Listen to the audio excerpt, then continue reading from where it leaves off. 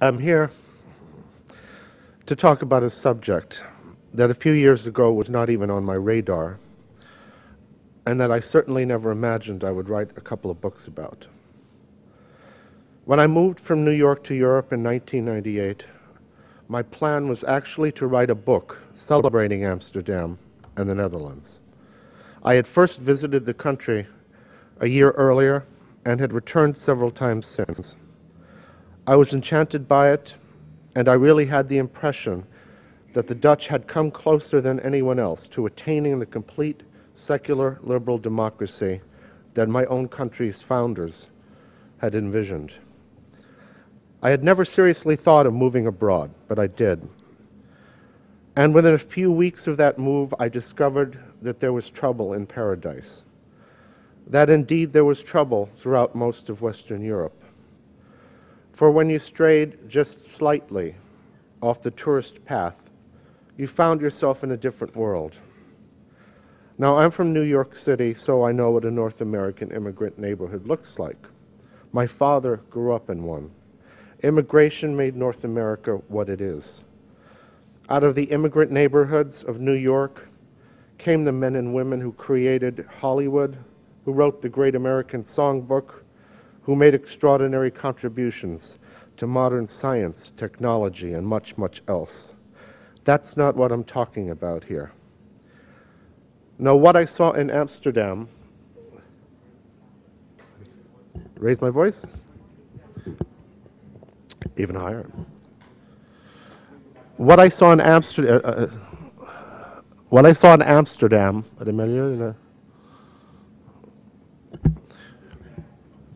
what I saw in Amsterdam and would later see in one European city after another were not temporary immigrant neighborhoods from which young people would move on to become well-integrated members of mainstream society, and some of whom would make extraordinary contributions to tomorrow's Europe.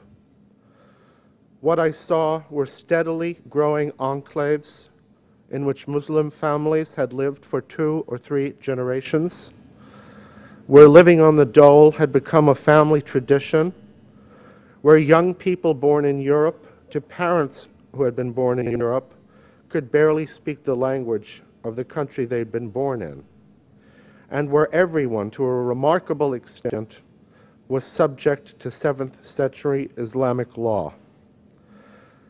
Paradoxically, people who had come to Europe as refugees vacationed frequently in the countries they had supposedly fled.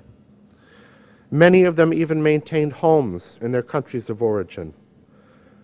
They had come to Europe as peasants, but now, thanks to the generosity of European welfare states and the radically different costs of living between Europe and the Muslim world, they were rich back in their home villages, employing servants and in some cases owning slaves that had been purchased with European taxpayer money. In these communities, you could find families who were collecting every possible form of welfare largesse available in their adopted country, including child support for children who did not exist and disability benefits for people who were as healthy as a horse. You could find men who had one wife in Europe and 2 or 3 others back in the old country.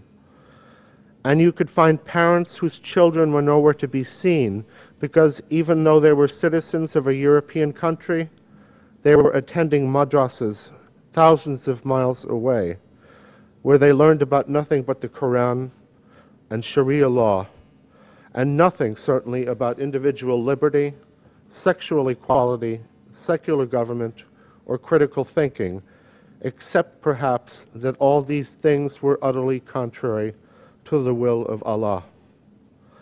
And you could find girls barely into their teens who had been married back in the old country to an illiterate first cousin of theirs who, under the family reunification laws, had been able to move to Europe and would eventually secure that most precious of possessions, a Western passport. But the most important thing of all that you could find in these communities was a widespread rejection of Western freedoms. With few exceptions, these communities were under the thumb of mullahs and imams and family patriarchs who despised European values, which, after all, not only were radically un-Quranic, but also directly threatened those men's power. They despised European women who lived their own lives, who pursued careers of their own choosing, and who dressed however they pleased. They found outrageous the idea of gay people being allowed to live their lives undisturbed. European authorities had given these people an assortment of generous benefits that went far beyond anything in human history, but they hadn't realized that the greatest thing they had to offer immigrants was freedom itself, and they hadn't realized either that while immigrants who thirsted for freedom were the best assets that a free country could have, immigrants who did not want freedom, who in fact despised freedom, could be a terrible deficit and even a danger to that freedom. And the unfortunate fact was that Western Europe had indeed taken in millions of immigrants whose religion did teach them to despise freedom of speech, whose faith not only frowned on freedom of religion, but punished apostasy by death, and whose religion rejected equality of the sexes in 1,000 ways, both large and small. Freedom. This was the infinitely precious thing that Western Europe had to offer immigrants. But Western Europe's own leaders, its politicians, bureaucrats, journalists, and cultural elite were blind to that fact. Indeed, freedom was the one thing Western European authorities refrained from extending to those individuals within Muslim communities who really wanted it. On the contrary, instead of recognizing freedom as a universal value and as a precious, hard-won legacy that it was their duty to protect and preserve for future generations, the Western European establishment encouraged the development within their borders of insular patriarchal communities that preserved, as if in amber, an assortment of profoundly illiberal practices, prohibitions, and power structures, all of them enforced by the most extreme and reactionary members of those communities. How could this be? What had happened? What had happened was this: Islam, a comprehensive, all-encompassing ideology which insists on its own supremacy and which impresses upon its adherents their obligation to perform acts of jihad, whereby the faith may be spread to every corner of the world. Islam had met this distinctively Western phenomenon known as multiculturalism, which, rather than seeking to spread the values of the Enlightenment to everyone, encourages its adherents to respect any non-Western culture, no matter how unfree, how undemocratic, and how unenlightened. Islam had met multiculturalism, and the world would never be the same again. I should immediately point out here that when I use the word multiculturalism, I'm not speaking of melting pot diversity. Multiculturalism of the kind that I'm speaking of is the opposite of the melting pot. It rejects the melting pot. It doesn't mean caring whether individuals with non-Western backgrounds enjoy the liberties we do. It means exalting non-Western groups, treating the rules by which they live, however oppressive, as sacrosanct, and either refusing to notice their lack of individual freedom, or pretending that there is no such thing as freedom, or, alternatively, asserting that while freedom is fine for us as Westerners, a lack of freedom is just as good for them because, well, that's their culture. It's thanks to multiculturalism that some people in the West today reflexively dismiss even the noblest aspects of the liberal tradition, but can't bring themselves to condemn even such plainly reprehensible acts as female genital mutilation and forced marriage, for they've been taught that it's more important to respect differences between cultures than to be concerned about the human individuals who are the victims of those differences. And it's thanks to multiculturalism that some supposedly intelligent people in the West are virtually incapable of acknowledging the nature, the scale, and in many cases even the very reality of the menace that the values of Sharia, the values of the Quran, pose to a truly diverse, tolerant, and secular liberal democracy. So it was then. So it was that European authorities closed their eyes to women who had lived in their countries for decades without even knowing that they had a legal right not to be beaten or bullied by their fathers, husbands, brothers, and sons. They closed their eyes to the young girls born in Europe for whom the idea of being able to choose one's own spouse was and would forever remain a romantic fantasy.